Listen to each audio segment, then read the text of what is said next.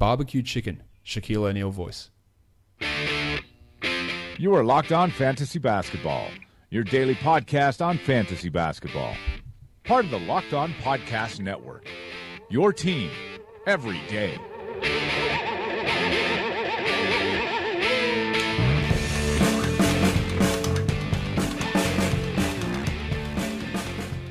Hello and welcome to the Locked On Fantasy Basketball podcast brought to you by Basketball Monster. My name is Josh Lloyd, and as always, you can find me on Twitter at redrock_Beeble and on Facebook at facebook.com/redrockbasketball. We are back with another of the season preview podcasts today. The last two shows have been a little bit of a change of pace. We did the point guard tiers with Matt Smith, and yesterday I talked about the Basketball Monster projections, asking or answering questions that you may have had about the process or about individual players. But we're back for the start of this week in the season previews, and we've got a stack of season previews coming this week. About 11 or 12 teams are going to be pumped out this week, so you're going to have lots and lots to listen to. But to kick off the week, to kick off the second week of season previews, I am joined by the man who is the host of the Locked On Suns podcast, and that is, of course, Kellan Olson. Kellan, how are you?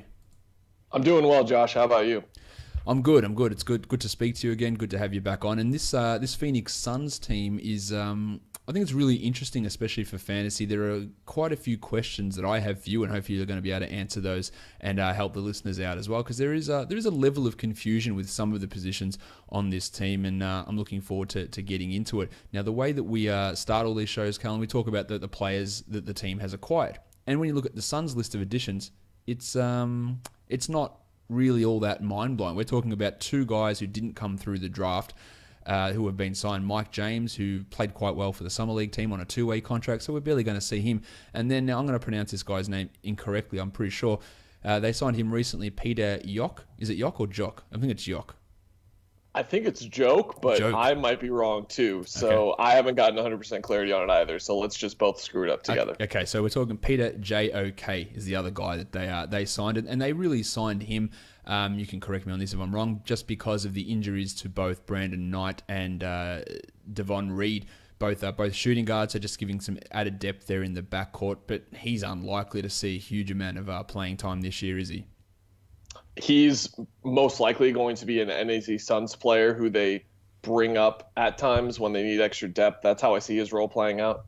Yeah, look, these guys who were added through free agency or signed, they're not going to have a big impact on the Suns. You can even look at the guys who left this team. Leandro Barbosa, not signed anywhere. Ronnie Price, not signed anywhere. Like, these aren't guys who are going to have any impact. So there's not much point talking about free agency moves, because it's all about what's happening internally with this Suns team and, of course, with the NBA draft. And we'll start with the number 4 pick in the NBA draft, and that is Josh Jackson, who comes across to the Phoenix Suns.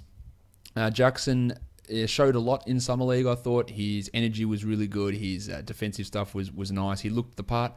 But Callan, his shooting was horrendous, and we knew that it was going to be horrendous coming into the league. That was his problem at Kansas, but it looked really bad. The shots he was taking were really bad. Do you have any hope of him being maybe even close to a below-average shooter this season?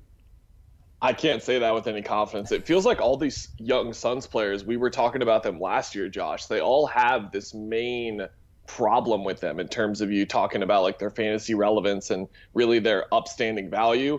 And with Josh, it's obviously a shooting. There's just no faith there that he is going. If he's a below average 3-point shooter for his career, that is a good thing. Yep. So for him to do that in his rookie season, that would be a huge positive. But I'm interested to hear your thoughts on him in terms of fantasy value, because he's one of those guys, obviously, who can rack up rebounds, assists, blocks, steals. He's one of those kind of guys. And I think that that's where he can hold some value for people. But at the same time, he's really going to put a dent in your 3-point shooting. And he's also going to have nights where he's not as involved because there are two other guys holding the ball all the time. He's got to compete with TJ Warren for playing time, which I'm sure we're going to talk about later. But he's a very interesting guy. But starting with his shooting, I would say that is something to not look for much out of. Like, if he shoots 33%, that's a great turnout for him for year one. Yeah, I can't see him, honestly, I can't see him getting over 30% from 3 this year. Like, it just looks so bad. His field goal percentage won't be Chris Dunn territory. We won't be talking about Stanley Johnson numbers of 35, 36% from the field, because he will take a lot of shots from closer in, and that will help anytime he has to pull up for a jumper.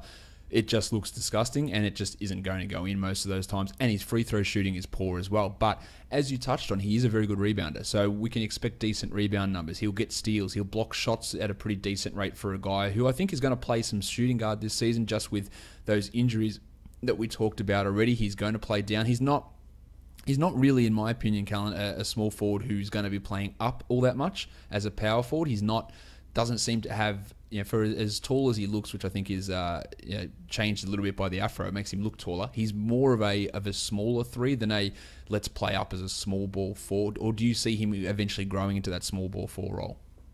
I think you can play him there at times. Just looking at the lineups on the court, Watson he gets a lot of flack, rightfully so, as a coach, but he is a smart guy in terms of looking at matchups and when to put guys out there for a minute or like 3 minutes or 4 minutes. So if he sees the right kind of power forward out there that Josh Jackson can exploit and not be taken advantage of, he will do that. And I think Jackson, like you said, his strong rebounding numbers, and he's just one of those FU guys. He plays with such a hard mentality that you could play him. You could play him at center, and I wouldn't doubt him, because it's just, if you doubt Josh Jackson, I think you're going to be wrong most of the time. We just talked about how terrible of a shooter he's going to be, so I guess we're those people already.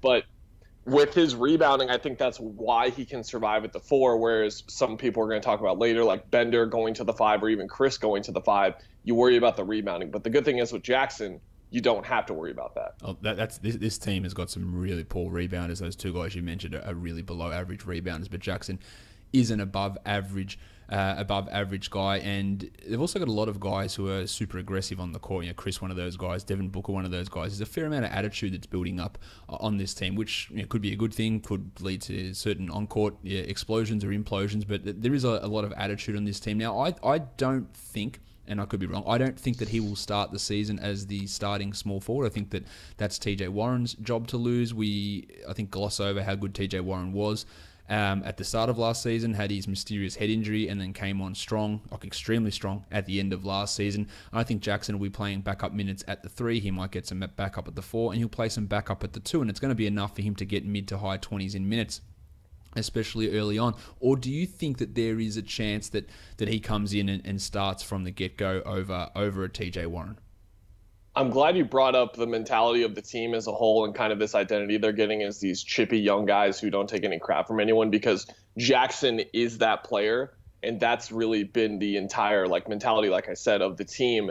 And that's where he fits in so well, besides what he gives them defensively as a main defensive option. We're going to talk about Erik Jones Jr. in a minute, but he showed too much just overall raw skills, more so than just ability defensively, and I think that's where Josh can really help out. TJ Warren's not a humongous liability as a defender, but at the same time, he's not going to be a lockdown guy or even just a good defender at this stage. He has improved incrementally every year, but he's still not that great. That's where they can look for Josh Jackson to help out. But I think TJ, he's in year 4 now, and I think this is the year for him where everything needs to come together, because every year for him, there has been something come up. It's a mysterious head injury. It's the foot injury. And then his rookie year was just getting through the rotation as a rookie.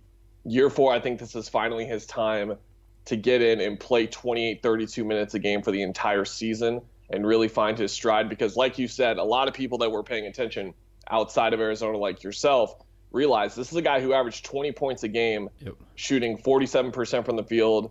And I believe it was on 17 shots a game in the first 5 or 6 games of the year. Then he picks up the head injury. Then it takes him a couple of months to get back. But then he's averaging, again, 18 and 8 in March. And his rebounding numbers were really good as well. I believe he averaged the second to third most offensive rebounds at his position.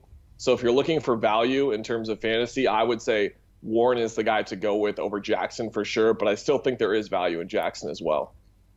General ESPN and Yahoo drafters don't agree with you, Kellan. They don't agree with me. They've got Josh Jackson going at pick 108 and TJ Warren going at pick 131 and pick 124. And to me, that is completely flipped. Josh Jackson is definitely falling victim to the let's overdraft rookies in fantasy situation. There is absolutely no chance that you want him at pick 108. There are still plenty of good players there. You take TJ Warren at 108, whereas he is going at 131 or 124. So to me, those guys' draft position is completely inverse. It should be the other way around, and taking Jackson at 108, while you can say, oh yeah, he's a rookie, let's see how it pans out. His history has shown us that rookies just don't perform, and generally at a high level, maybe until February, March of their rookie season, and you might get, if you're lucky on a good year, 4 rookies that find themselves inside the top 100 in fantasy. We might have that this year, with Simmons, Fultz, Ball, and Smith, but to be then grabbing another guy at 100 and another guy at 110, like the likelihood of those guys actually finishing the year inside the top 150 is pretty minimal, whereas Warren, I feel pretty confident about, given the numbers he was putting up at the end of last year. They were top 50, top 40 type of numbers. I'm not saying he's necessarily getting back to that, but he should have first crack at it, and if that form continues, he is going to be an interesting guy, especially given that position that where you can draft him. Now, the other guy that they drafted who is injured now with a torn meniscus is Devon Reed out of Florida. I would say that he would have been set to get a decent chunk of minutes at the backup shooting guard with Brandon Knight going down. We won't see him until sometime in 2018, and he's not going to have too much of a fantasy outlook. But in terms of Reed, what's your take on how the organisation views him, or what you saw from him at Summer League, just for down the path when Knight, say, eventually gets moved on? Yeah, I was in Vegas with you, and I don't know what your impression was of watching him in person, but when I was watching him, I was just seeing the plays he was making, how he was a half step ahead of everyone. And yes, he was playing in Summer League. Yes, he was a 4-year veteran in Miami, so he's going to have an edge up in experience over some of those guys. But I was just watching the plays he was making, and watching so much basketball, you realize when guys are just making the right plays. And to me, I just don't see how he isn't a successful role player in his career. He just checked all the boxes for me when I saw him.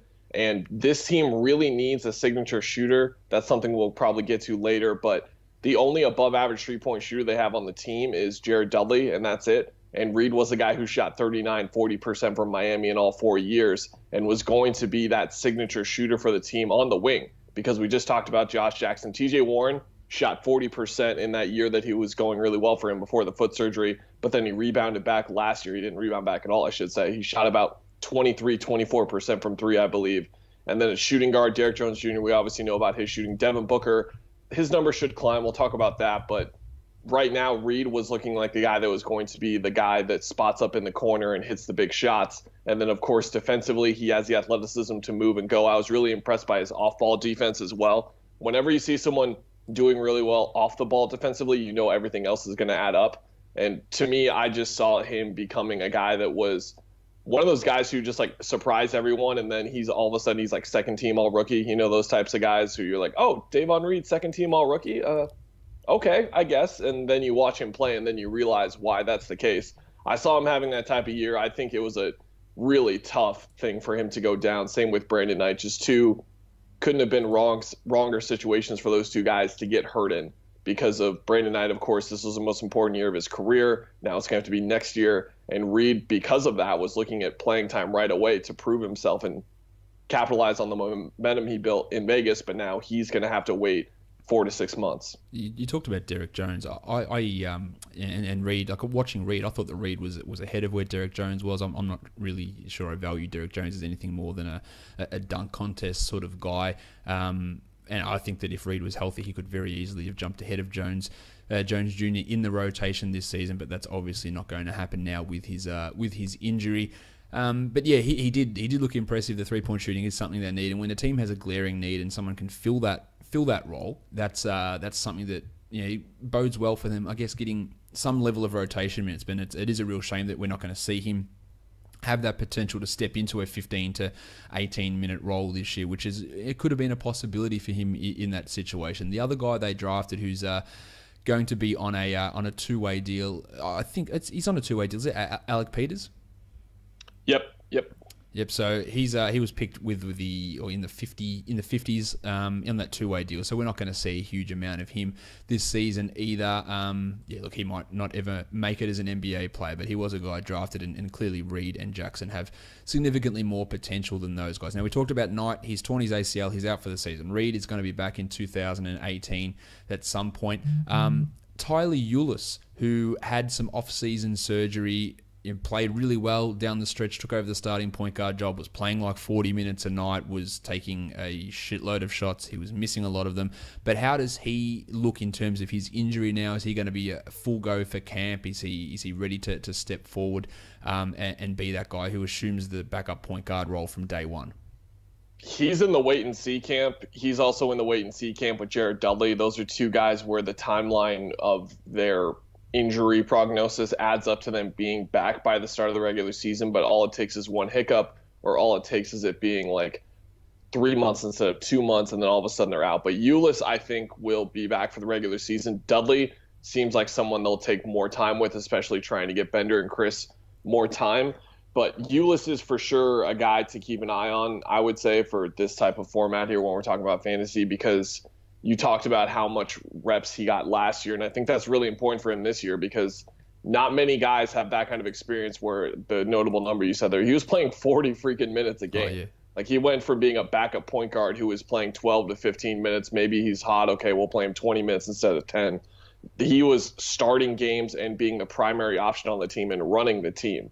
And to take that and condense it back down to this role he's in right now, which is going to be that backup point guard position. Maybe he's playing with Bledsoe at times with the two guard troubles that they're going to have. I really like his value, and I think he's someone I wouldn't be scared off by his injury at draft time, and he's someone I would look at in terms of value. Of course, that there's also the possibility they shut down Eric Bledsoe again. So I really like Tyler Ulis, and I wouldn't be scared off by his injury in terms of drafting him. In the last 15 games of last season, he played 40 minutes a night. He averaged 16 points, 3.5 boards, 8.5 assists, and 1.2 steals. But he still was only the 83rd ranked player in fantasy, and that's because he shot under 42% from the field on 16 attempts, which is a huge volume. And he was only a 73% free throw shooter over that time as well, and hit 25% of his threes. And we talked about Josh Jackson. I said, I don't think he's going to shoot 30% from three. Like, I think people will be shocked to know that Ulis shot 26.6% from three last season. I don't think people associate how bad of a three-point shooter he actually was last year. He had a true shooting of 47% on the season, which was really poor numbers. Now, I like Ulis. I talked about him a lot at the start of the season. I think I said that he's going to be one of the best backup point guards in the year for 10 to 15 years. A lot of people are thinking, the Suns are just going to trade Bledsoe because they've got their starting point guard in Tyler Ulis. Do you think that that is a mentality that's held within the Suns organization? Do you think that he can hold down the starting point guard job? Or it was just a situation where let's just see what this guy can do. Hey, we're happy with how he runs things, but his role, much like Yogi Ferrell in Dallas, is going to be as an upper echelon, top class backup point guard. Yeah, it's let's just see what he can do. There were obvious restraints to him that they had to put on when he was starting. Erik Jones Jr. was starting with that team at times, and he was picking up the point guard. He was doing the defensive responsibilities that Ulis is going to have to do at some points. Now, of course, him being a backup playing against other backups, it's going to be easier for him to do his job defensively. And Ulis, don't get me wrong, in a flat environment where he's facing other guys his size or even guys that are below 6'3", he can hold his own as a defender. He's a really good defender. He's super aggressive, just gets all over you. He's a pest. But when he's facing Russell Westbrook, John Wall, all those guys, no chance, zero. He's going to get melted every single time. And that's where the trouble begins when you start talking about him as a starter, because everyone loves Tyler Ulis. You love Tyler Ulis. I love Tyler Ulis. Everyone listening loves Tyler Ulis. But there is a cap on his ceiling because of his size. And I think his three-point shooting, I'm glad you brought that up. I think that number was so low because his legs were gone. I think he was just exhausted playing all those minutes all the time and just going from such a rapid rise. Not only is he in his first NBA season, and it's toward the end of his first NBA season when his minutes are going up to 40 minutes a game. So I expect his three-point shooting to actually be somewhere around 33 to 35%, maybe even towards the average mark around 36 or 37. I think he's actually a decent shooter. He's done well in the mid-range areas too. Those are numbers as well that went way down because of the amount of shots that he was taking, like you said. But as far as him becoming the starter, we've seen Earl Watson do this a lot. You'll remember 2 years ago when Alex Len was becoming the primary option out of nowhere for a month. This is things that he will do. He'll insert Marquise Chris into the starting lineup less than 10 games into the season. Him and the GM, Ryan McDonough, are not afraid to make moves like that for the sake of just development and just handing Ulis the keys and letting Bledsoe rest when he wasn't necessarily injured but just has really worn down knees is the type of move you'll see. But again, I couldn't be higher on Tyler Ulis, and I think he has some relevance for sure. he's a guy that I wouldn't recommend drafting in any standard fantasy formats, but once we head to that February All-Star break, he's going to be a really interesting, or even go mid-January, pick him up and ride it out for 2 weeks, because if the Suns decide after coming out of the All-Star break that, you know what, we're just not going to play Eric Bledsoe again for 2 months, then Ulis is going to come in and he's going to play big minutes. And even this year, I think you'll see some more Ulis-Bledsoe backcourt combinations just because of the injuries to Knight and because of the injuries to Reed, and play Bledsoe off the ball. And you'll see that quite a bit this season, which will move him from being a guy that's an 18-minute or 17-minute a night back up to being a guy that's maybe a 20-minute or a 21-minute, which is going to have use in those deeper formats. But those huge numbers we saw at the end of last season, they're not translating for a full year. He is going to get cooked when he plays against the good point guards, and he'll be this guy that can swing leagues at the end of the season if the Suns decide to go that route with Bledsoe again. Let's go to Bledsoe now. Like, he was pissed that the Suns decided not to play him at the end of last season, and rightfully so. I was pissed. Fantasy owners were pissed. I think that anyone who's not a Suns fan wouldn't have liked the optics of let's just sit our best player for two months at the end of the season. I don't think anybody liked that. I don't think the NBA liked that. But do you think that the Suns are just going to be... they're not going to be good. So do you think they're going to be in that mindset again of, all right, Bledsoe's just not going to play again for the last 2 months of the year? It depends. I'd really like having these conversations with you, Josh, because you're watching the box scores every night and watching the games every night and monitoring these things closely. So I'm sure you were noticing the nights where Bledsoe was playing like 40 to 42 minutes on back-to-backs, like he was just playing 40 minutes in Toronto, then they would fly to Portland the next night and he would play 42 minutes there. He's had 3 major knee surgeries at his age, and with the type of physical style that he plays close to the rim and everything, and with the way that he has worn down over the past couple of years. His defensive ability, remember how good of a defender Eric Bledsoe used to be? He was a guy where we were talking like, does he deserve some all defense votes? Like, if he's going to keep this up next year after the 48-win season that they had. And then that sort of just fell off because I think he just couldn't do it on both ends anymore. And I think the Suns made the right decision all around. I'm going to defend the decision just because Watson was playing him so many minutes, and they were flat out trying to win as many games as possible during those stretches, and they did not play it safely. There were certain stretches where Bledsoe was out there for like 5 or 6 extra minutes where people were on Suns Twitter were tweeting, and they're like, why is Bledsoe still out there? This game is over. They're down 12 with 6 minutes left or whatever. It's like, just put Ulis in. These games don't matter for us this year. Let him go. There were time after time he was out there with that, but people were pissed, Josh, because Bledsoe's excellent. And he had it was the best month of his career in January. He averaged 24 points a game, 8 assists a game, 5 rebounds, a steal and a half. He only shot 43%, but it's because he was taking 17 shots a game, and he shot 37% from 3 as well. We've always seen him be an average 3-point shooter when he's on. And that is the type of not near all-star. That is the all-star Eric Bledsoe. And I think we could see that for all of this season. I think he's playing his top basketball. Zach Lowe wrote a really in-depth feature on him talking about how he's just a top 8-10 point guard right now in the league when he's playing like this. And I think we could get that for the rest of the season. But if we're at 65 games into the season again, Josh, and he's been playing high minutes, it's a problem. It's a problem, and he's got to sit, especially when you have someone like Tyler Ulis who could use the reps, especially when you're bringing back Davon Reed who could use more minutes, especially when you're trying to still get Erik Jones Jr., Josh Jackson, Bender, and Chris. Are you playing Bender at the 3? Now Jones needs to play somewhere. Is he going to play at the 2? Where does Davon Reed play? Does he play some 1? Like, that's the type of stuff that is going to happen down towards the end of the season. And they want to preserve him and, most importantly, preserve his trade value because, as everyone saw with the Kyrie Irving talks, like he holds high value in this league. And at the end of the day, I think they are going to move him to a team. I don't think that'll come this year unless they get the perfect offer. But he holds value because he's just really good.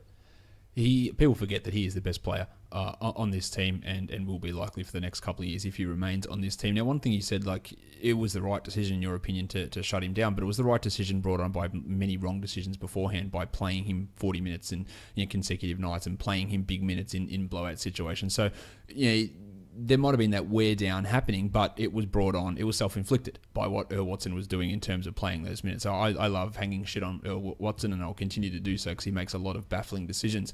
So feel free. He to me is the worst coach in the NBA, and the decisions that he makes, those decisions to overplay Bledsoe in those meaningless situations, enabled this situation where then he didn't play for 2 months, which again just looks horrible for him. It really pissed Bledsoe off. He wasn't happy with it. You're alienating your best player. I guess it doesn't bode well for the Suns organization. Yeah, Bledsoe obviously has high-powered friends and agents and all those sort of things. It's not a great look for an organization to be doing that. But we'll see how that works. Now, for me, Bledsoe in a rotisserie league where you don't have the playoffs like a head-to-head league, drafting Bledsoe, he could be a top 20 player. But taking him in the early third round is totally fine. In a head-to-head league, I would let him slide. Him and Isaiah Thomas are going to be 2 point guards that go in that range, and I'll just let someone else take them because I don't know if we're going to have Isaiah Thomas for the first 40 games of the season. I don't know if we're going to have Eric Bledsoe for the last 25 games of the season, and that's really key. If he falls to the 40s or 50s, then I'll take that risk on it and go, you know what, this is worth it because if he does play the season out, I'm talking about a top 25 guy, but the risk is significant there with Bledsoe and that rest because, again, this Suns team's not going to be good. They're not going to be competing for playoff spots or anything like that. Kellan, Alex Len, he's still unsigned like so many of these restricted free agents. We just assume that he will either come back on a cheap deal or the qualifying offer. Let's assume that Alex Len is coming back unless you've got information to the contrary. Where does he fit in this center rotation? They brought back Alan Williams, big source on his restricted free agent contract. He's back. Tyson Chandler, who like Bledsoe, we didn't see in action for the second half of the season. He is back in the mix. Where does Len fit? And in addition to that, how do these other centers work in around him? It's not the most important question, but I think it's the most unknown question you could ask in terms of what's the center rotation going to look like this year. Because there were times Alex Len, of course, Chandler was sitting out. Len would play for 4 or 5 minutes. You were watching those games, and he would look bad because that's what Alex Len was looking like last year. He was looking bad the whole time. Earl Watson wasn't going to play him for like 8 or 9 minutes and let him sort it out. No, he was gone. Sauce was in before the 6-minute mark, and then Sauce would play like 13, 14 straight minutes and play well because that's what Big Sauce does.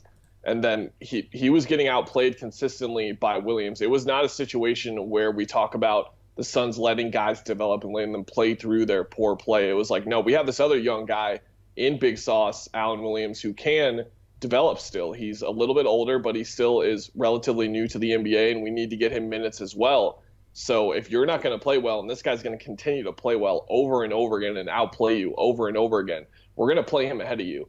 So if I was to choose one to draft between Len or Williams, I would absolutely choose Williams for sure. I could see Len actually even starting, though, because Chandler is on the back end of his contract now. You could look for him to kind of get a decrease in minutes instead of just sitting him for like the last 25 games of the year like they did last year, whatever the number was. They could now instead look to just give him 20 to 25 minutes a game. Maybe he does start and Len plays more minutes, or Sauce does.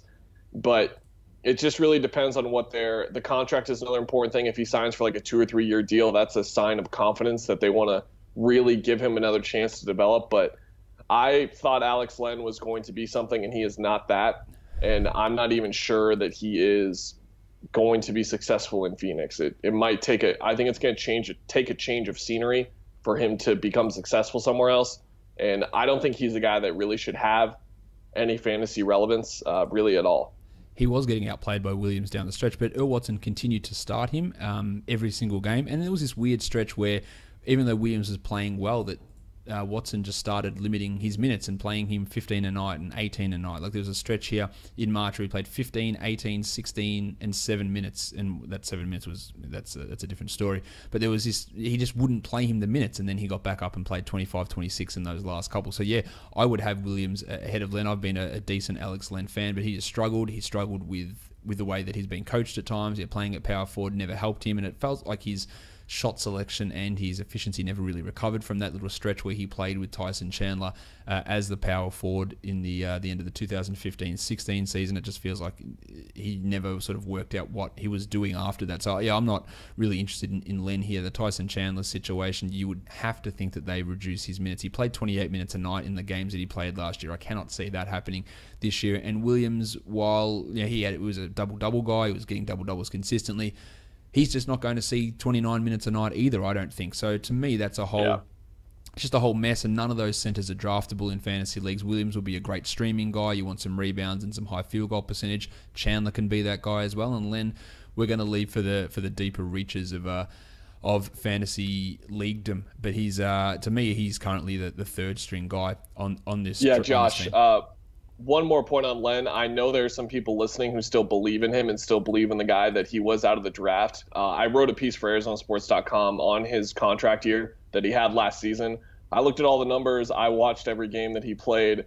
All of the analytics together. Basically what I got. The offense was terrible when he was on the floor. They had a terrible offensive rating, a terrible defensive rating when he was on the floor. He was not efficient at all. He didn't set up his teammates. He had one of the lowest assist rates when it came to centers. He didn't take care of the ball well at all. He had one of the lowest he had one of the worst turnover rates.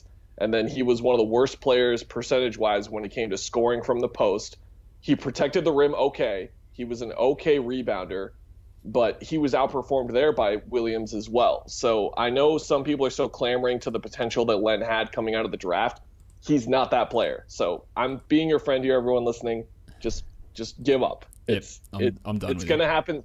It might happen in somewhere else. Maybe he goes like we were thinking, like Dallas or Brooklyn were possibilities in the offseason. Now it's going to be like next offseason. We'll see where he lands. Then maybe you can talk me into like looking at him as someone to take in a really deep league and hold on to him and see what he turns into in an elevated role or something. But you should be done like Josh. It's a done thing. Yep. Dragan Benda. Bite my shiny metal ass. Struggled last season, had the ankle injury, and then came back and it looked okay. I am a huge believer in Benda, but how do we see his role there? I think that Benda is still I know this is a division amongst Phoenix fans. I see Benda as the better prospect over Marquise Chris, but I also understand that Marquise Chris is going to play significantly more minutes than him this season. Where do we see Dragan Benda this season? You said he'll play the 3, will he play the 4, will he play some at the 5? His role, it's certain to increase this year over what we saw last year, isn't it? Yeah, the problem with Len coming back now is that we were looking at the center situation. Should they bring back Len or Sauce? Should they bring back both? I was completely against bringing back both because I think Chris and Bender need to play some minutes at center like every night. One of them needs to, and for the sake of them getting minutes. And I think that when you draft both of them, I don't think that was the situation when they drafted both of them and said, we're just going to see which one is better and then the other one's going to be the backup. That's not how you spend top 10 picks. You got to remember, Chris was 8th and they traded up to get him. I don't know if you've been watching Eurobasket, Josh, but Bogdanovic has been a killer. He's been good. Yeah. The Suns they knew he was good when they traded him, but they traded him to move up to get Chris. They made this move to play them together, and if they bring back Len, you can't play them together at least for another year because you've got to get those two of those centers at least some playing time, and it's going to be tough to figure it out. Chris came into Summer League, and he looked much bigger. He looks like the guy who is poised to make the jump to center over Bender currently, which is a mistake. Bender should be the guy playing center. I think you and I both know that. Yep. But Chris put on a lot of weight. He looked huge. He was thick, as the kids say. Yeah, he was ripped. He wasn't out of shape, by the way. He was just massive, and it was so stunning for me personally because I've been around him all the time, obviously following the team, and just seeing him in person that big was something. And it took away his quickness a bit, which was concerning. But as far as Bender goes, I think the story here is that Chris is the guy for the Suns right now. He is the guy for Earl Watson specifically. I think Watson really loves Marquise Chris. I think everyone knows that. And Bender just has to find a way to contribute somehow. It's going to be a really tough thing for him going right now. If you've been watching Eurobasket, he's trying to basically do the same thing for Croatia where his coach is just throwing him out there for 2 or 3 minutes and Bender's not really doing anything because he's not touching the ball. He's doing his job defensively. He's grabbing a rebound here or there, but other than that, he's not really doing anything. And then he gets called invisible or whatever. But at the same time, he's not being asked to do anything because he's playing with Dario Saric and Bogdanovic. He's not touching the ball. That's the same kind of thing he could go through with the Suns. But to give Earl Watson credit, he did get him involved much more than Croatia has to this point. Where does he play is the big question. I think if he gets consistent minutes at the 4, if he plays, even if it's just 10 to 15 minutes, not even like 20 plus, if he just gets 10 to 15 minutes at the 4, I think he is going to have a much, much better year. And we're talking about just growth. And then in year 3, I think that's where he really becomes a guy who becomes someone to keep an eye on in fantasy. But for those of you in a keeper league wondering if you should hold on to him, if you had him last year, you were basically buying in on him at that point. So you have to hold him until it's clear that he's not going to be what he's not going to be. And I think he still showed what he is to me. But again, just keep an eye on where his minutes are at. He played, I believe, 30% of his minutes at small forward. Amin El-Hassan tweeted this in like November. He said he is just a normal player when he's playing small forward, but he is something special when you play him at power forward and center. And to me, that's the entire antithesis of what Bender is as a basketball player. Yeah, I agree with that. I still really, really do believe in him as a prospect, but it's not going to happen stat-wise or fantasy-wise for him this year. But he's a guy that's a three-point shooter that can hit the threes, that can block some shots, that can get more passing done and get more assists than what you might imagine. So he's someone to watch, but the minutes aren't going to be there because, as you said, Earl Watson loves Marquise Chris, and the only thing that kept Marquise Chris from being a 30-minute-a-night guy last year were fouls. And I think that hopefully, I'm not actually confident on this, but I am hopeful that maybe he is less of a dickhead this season and commits less stupid fouls, commits less technicals, gets into fewer punch-ons on the court because he is. Were you watching the games in Vegas, the first three? What him and Papagiannis? What's going on with those guys? Like I know Bender and Papagiannis have the problem, but he was just getting stuck into everybody every game. If anyone tries to play like Marquise Chris does against him, he gets like personally offended and just comes to him. Papa G doesn't take anything from anyone. The Papa John's is ruthless. The Papagiannis Bender rivalry is the funniest, most odd rivalry, and I understand it comes from like Papagiannis' dad and all family history back in Europe, but it is a hilarious rivalry, and every time they play, there's always something happening with the Suns and the Kings, and it's going to continue to happen. Maybe if Papagiannis can actually become a rotation player, it's going to be funner. But yeah, Chris is just dumb fouls, just stupid stuff, just techs and ejections, and that's what's going to lead to a problem. Now, I don't believe that Marquise Chris is going to be a great player. But I do believe that he's going to be a starter this year and he's going to play as many minutes as he can stay on the court for. And that means he's going to put up fantasy stats because he puts up good numbers. He is a 1-1 sort of guy. Yeah, he's a piss-poor rebounder, but he can score, he blocks shots, he gets steals. The field goal efficiency is not too bad, and he's going to get that opportunity. So he is one of the best steals, especially on Yahoo, where he's getting drafted at 122. I think he's a lock for the top 100 just based on that. Yeah. But not to me based on how I think he's going to develop as a prospect. Because again, I think Bender will be better in time, but it doesn't matter for this year because if Earl Watson believes that, and Earl Watson's not also going to be the coach for the career of both of these guys, Chris is going to be out there. He's going to put up these numbers when he's out there. To me, he reminds me, he's probably better, but he reminds me of a big man version of Tony Roden, a guy that goes out there, puts up stats, but really isn't a fantastic player. And again, he is better than that, but the minutes are going to be there. The role's going to be there. The stats are going to be there. Like, what more can you ask for in a fantasy situation? So he is getting underdrafted. Am I being harsh on Chris in terms of my overall valuing of his basketball ability? I just feel like he doesn't even know where he should be half the time. No, he got billed like that, rightfully so, because of his play at Washington and how much limited experience he has. But everyone that watched him that had serious basketball experience, including my co-host on the podcast, Eddie House, was just like, this guy has it. And I wasn't seeing it, but for some reason, like just like the way that he plays or whatever it was, people were identifying something with him. And as we got closer to the end of the season, February, March, April, there were signature aspects of his game starting to come out, because my biggest problem with him as a prospect, what besides his like awareness and everything, was I just didn't understand what he was supposed to be. Like, Tony Roden's a good example. Like, what is Tony Roden as a point guard? You know what I mean? I don't know exactly what he's supposed to be doing. And with Chris, it's like, he knows what he's supposed to be doing. Is he a scorer? Is he a rebounder tough guy? Is he like a rim protector? Is he energy guy with dunks and stuff? Like, I didn't really understand what his role was. But when we got towards the end of the year, he was having these games where he would pick up 4 or 5 blocks. He was becoming a legitimate weak side shot blocker in some of these games. He was hitting 3 or 4 threes in a row. He was taking a dribble or two and pulling up. Like, those are things that were becoming an aspect of his game. So if we wouldn't have had Summer League, and anyone who has listened to my podcast or follows me on Twitter knows that I tend to overreact to Summer League more than anyone.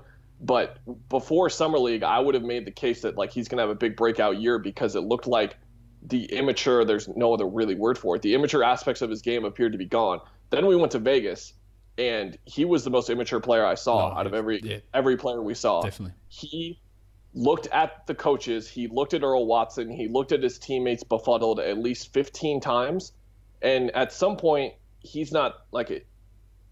They're not the problem. It's you are the problem. You're the one not understanding what's going on. Like, he looked like he kept like blaming his teammates for being in the wrong spots, or like, what is that guy doing? And it's like, dude, what are you doing? You know what I mean? Like that's been the experience of watching him over the past 82 games, and it was really just frustrating to see that player come out in him, and that's why I'm being a bit harsh on him here than I normally am with just really any other player, because we saw the potential that he had in the last 3 months, and for this type of player to come back out, the one that got whatever it was, 12 or 13 technical fouls. He was the first rookie to pick up double-digit technical fouls since DeMarcus Cousins, if you want any more backup here on him being this hothead. But that type of player that he is also an asset. He has this edge to him that is undeniable. He plays really hard. I think that was the thing that didn't come through watching him at Washington, was how hard he plays. And I saw him in the preseason, and I was like, whoa, this guy has some juice to him. He really gets going. And that's the thing that's going to propel him and I think make him a good NBA player. And I'm still going to bet on him being a good NBA player. I don't know how great he is going to be, but a lot of people, maybe you, Josh, believe that he's going to wind up being a bust in a couple of years. I actually think he's going to be a productive, fine NBA player once he figures out what he is.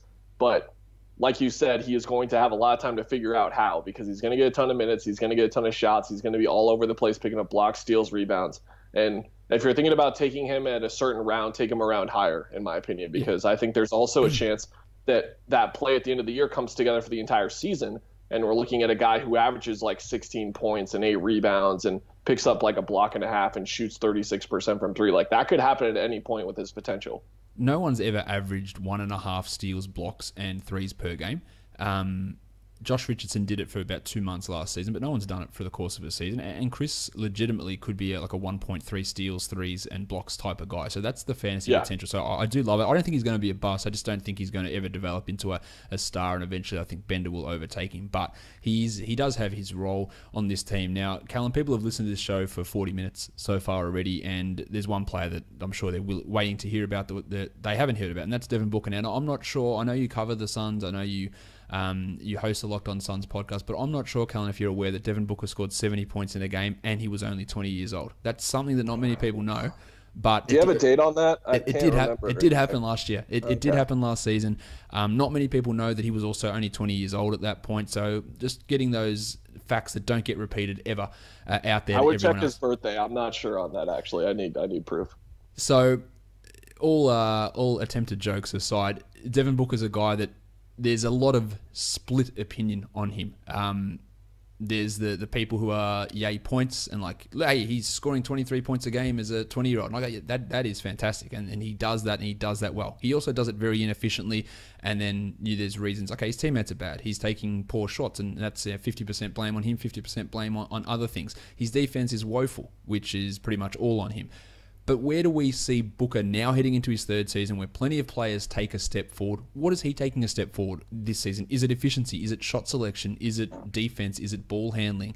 Where does he go from here? Because that's going to be key to see his fantasy value. For as good as he is and scoring as many points as he does, his efficiency and his lack of stats in the other areas do keep him from being...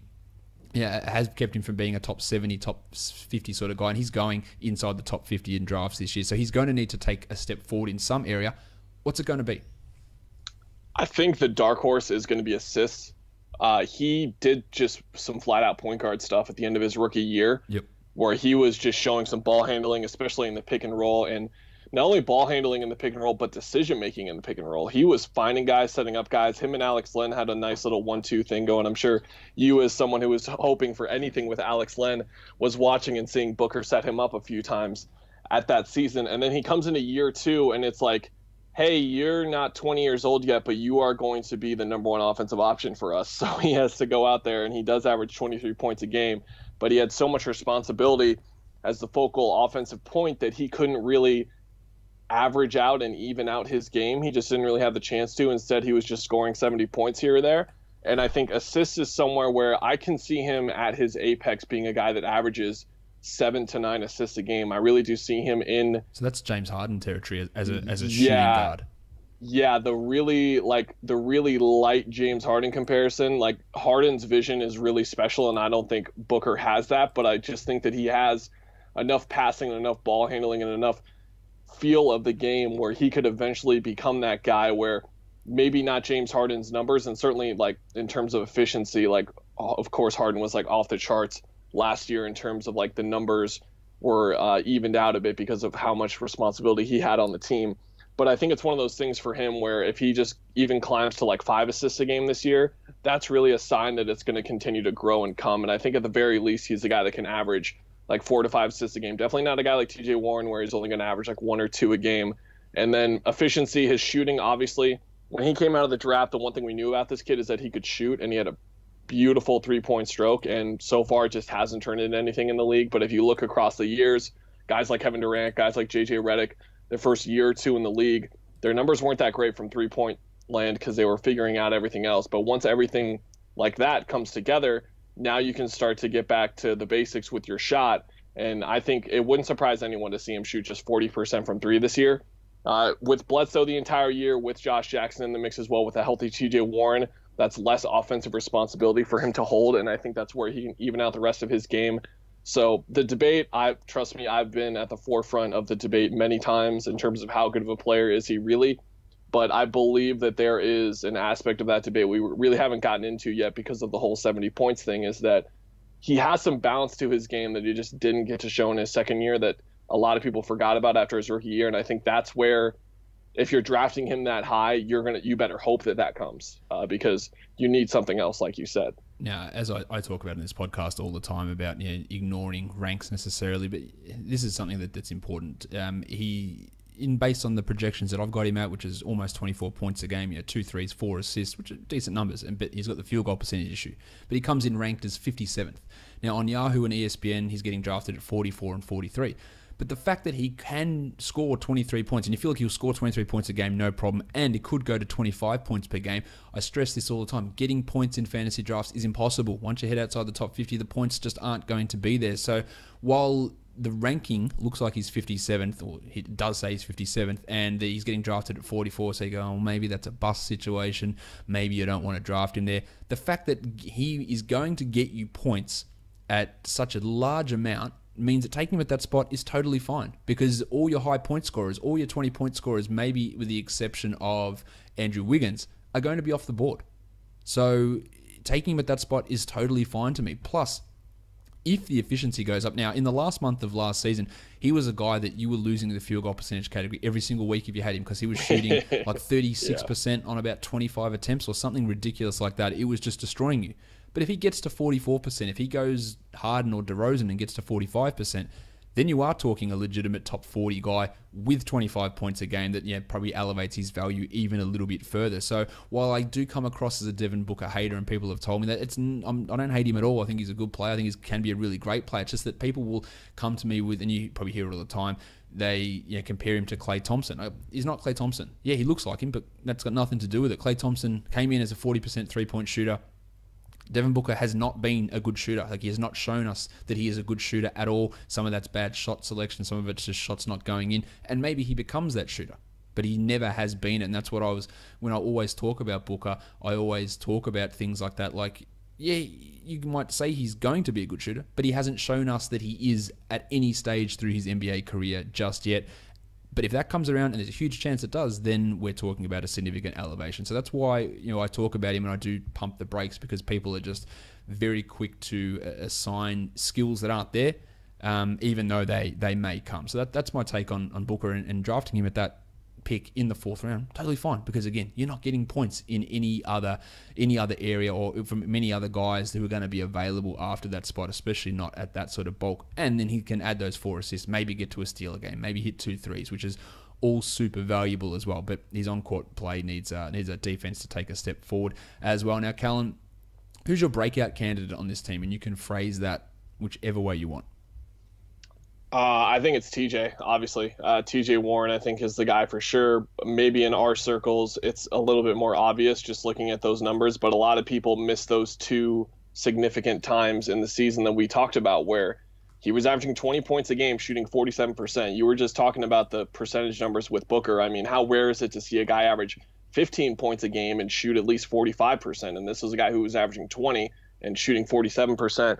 And I don't know if the scoring is going to be around like 20. I think it's going to be closer to like 12 to 15. But with him, you're going to get him shooting at least 45%, probably closer to 50%. And you're going to get some really good rebounding numbers, because he was the one guy on the team at the end of last year. Yes, they were a horrible team at the end of last year. They were really bad.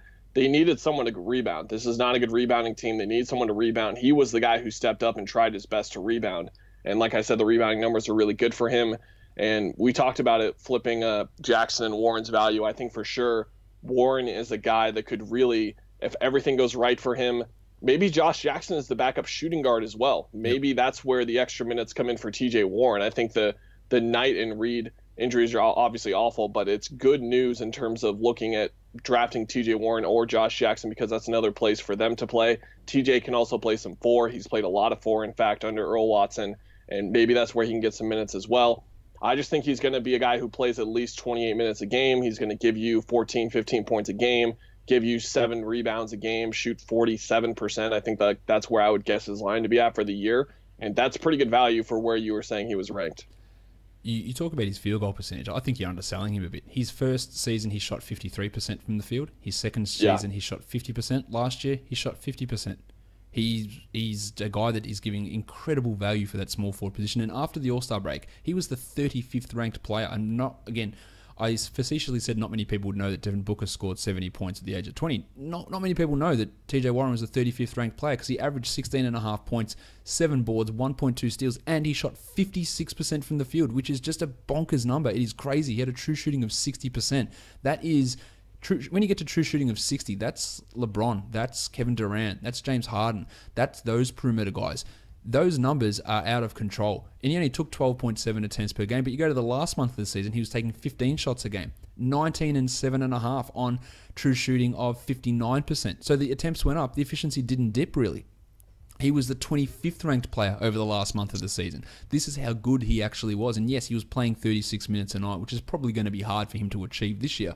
But he is being considerably slept on. For a guy to be the 35th ranked guy after the All-Star break, to be drafted at pick 130, because people think that Josh Jackson's just waltzing in and taking 35 minutes off him and reducing him to a 20-minute role is crazy. He was unbelievably good for this team at the end of last season. His efficiency is something you don't get from small forwards who score.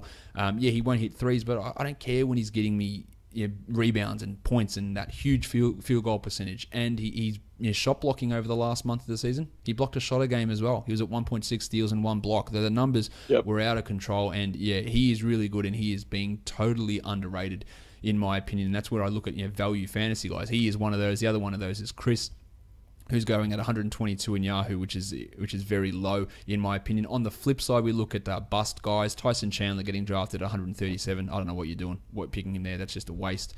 He might be the 137th ranked player, but there is literally no upside there, and it is all downside for Tyson Chandler. Great to stream in if you need a field goal percentage boost. Great if you want some rebounds for a short time, but nah. Josh Jackson at 108, already talked about that, and I talked about the Devin Booker at 44, 43, which might look like a bust on the surface, or something where you don't want to take that high, but the scoring is important. Now, just to wrap things up here, Kellan, over-under in Vegas is 28.5 for this team. ESPN's Kevin Pelton has this team projected for 30.3 wins, so he goes the over. Do you take the over on 28.5? I take the under. Okay. I think this team is going to be brutal this year. I think it's going to be a really tough year. It might be even tougher than last year. We talked about the wing rotation. We talked about the forwards. How many guys did we mention with more than 4 years of NBA experience? Or the average NBA? Yeah, the average NBA experience, if we take out Jared Dudley at 3 of their positions, is like 1.5 years, 2 years. It's brutal. They're just they are going to get clobbered a lot of nights just because their defense was bad last year, and you talked about Booker's defense being so bad. Josh Jackson's still a rookie at the end of the day. He's not going to come in and fix this defense. He's not even going to come in, I think, and be a good defender from the jump. I think that's just too much to expect from any rookie player. And Bender, the same kind of thing. It's only year 2 for him. Chris was terrible last year. He's probably not going to be that good this year again.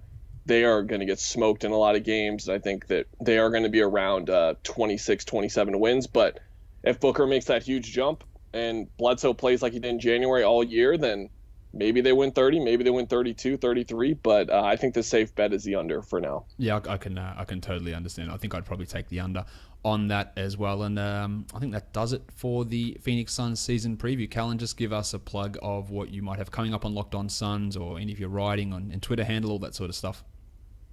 So anyone more interested in Davon Reed as a potential option, I talked about what his value is for the team and what exactly his injury meant in terms of things we just talked about. like Jackson and Jones moving to the 2. That's at Locked On PHX Suns on Twitter. You can find me at Kellan Olson, Kellan Olson. I'll be covering the Suns all year round. For all you Dragan Bender stands out there like me and Josh, come enjoy the year with us.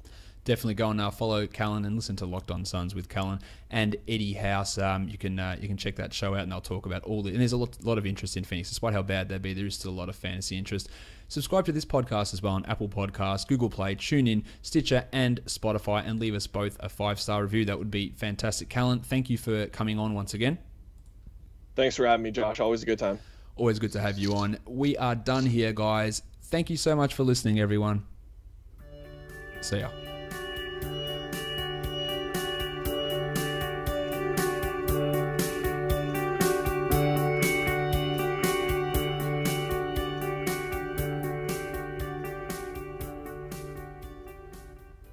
Jared Dudley.